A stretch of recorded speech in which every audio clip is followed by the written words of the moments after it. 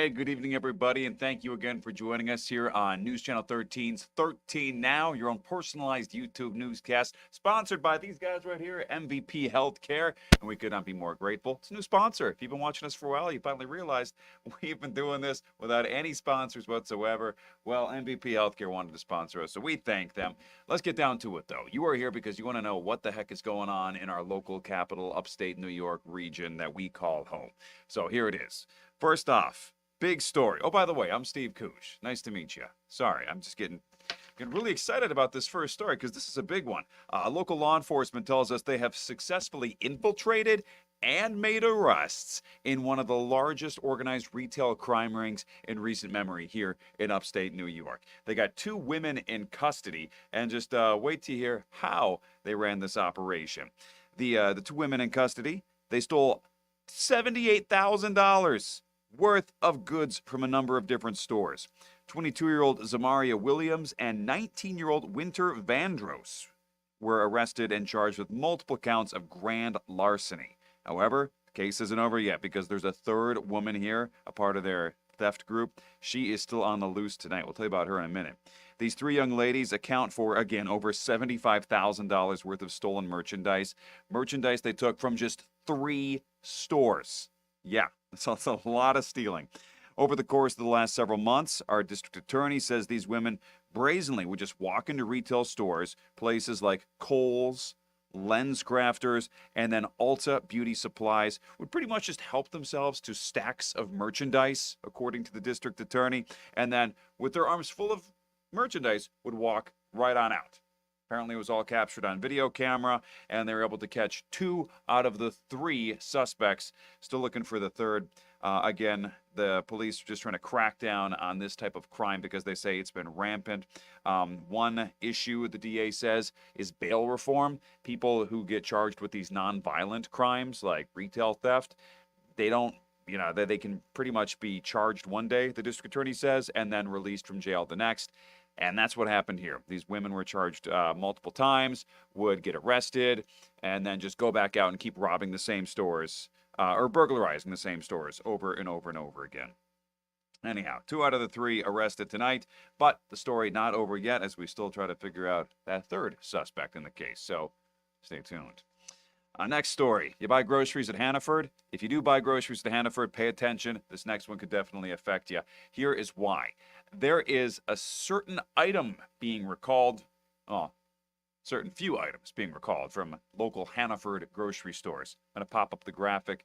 This is what we're looking at right now. All these things here. Fiesta salad with chicken, Cobb salad with chicken and bacon, Caesar salad with chicken, Caesar salad, chicken and bacon, BLT salad, chicken, fettuccine alfredo with chicken, fettuccine alfredo with chicken, family meals. Okay, if you have any of this stuff in your house, check your freezer, check your fridge. Don't eat it. Do not eat it whatsoever. That is because this stuff is being recalled due to a listeria outbreak. Officials are concerned that the plant that makes these products and supplies the Hannaford supermarket chain with them could be contaminated with listeria.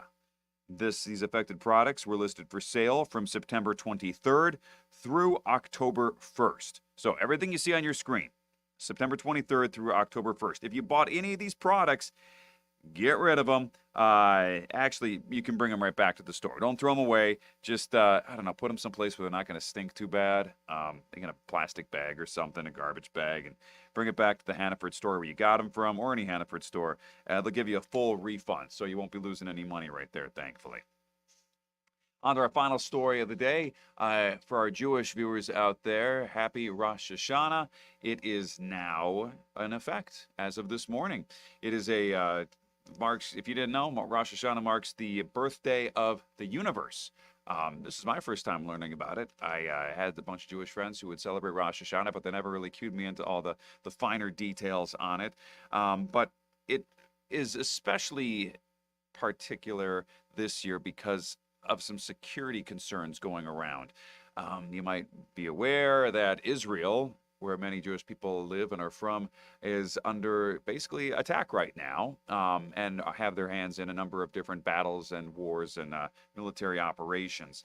So there are concerns, especially here in our own local Jewish community during this special holiday, that there could be threats and even violent incidents carried out. We sat down and talked with some of the leaders of our own local synagogues tonight. This is our Tessa Bentulin here talking with the rabbi over at Beth Emith in Albany. He says his community is just hoping for peace to come this year. It's been 1 year now since the Hamas terrorist organization launched an all-out attack onto Israel, and it has been pretty much nonstop a year of violence over in the Gaza Strip.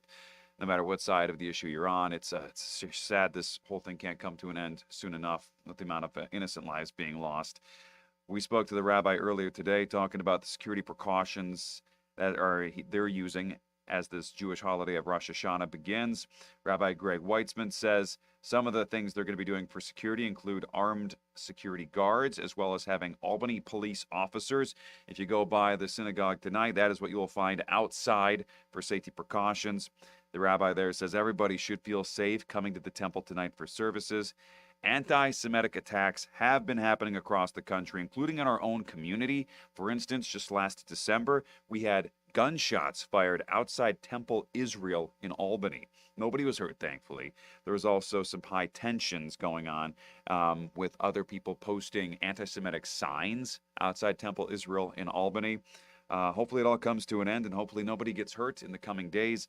Rosh Hashanah, again, begins today and ends on Friday at sundown. So the rabbi there hoping for joy, peace, and hope in this new year and an end to violence and bloodshed around the world.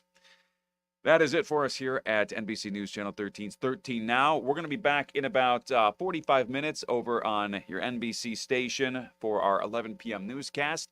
Hopefully we'll see you there. We got a lot more details, including we just found out some unfortunate news. Albany being cut out of the NCAA March Madness basketball tournament action. We hosted it the past couple of years. Things went great, but we're not being included in some of the future tournaments, unfortunately. So we'll be hearing more about that coming up at 11 o'clock, and maybe we'll even see you there. If not, thank you for tuning in, because I definitely appreciate having some company on nights like this. Anyway, we'll see you later. Have a good one.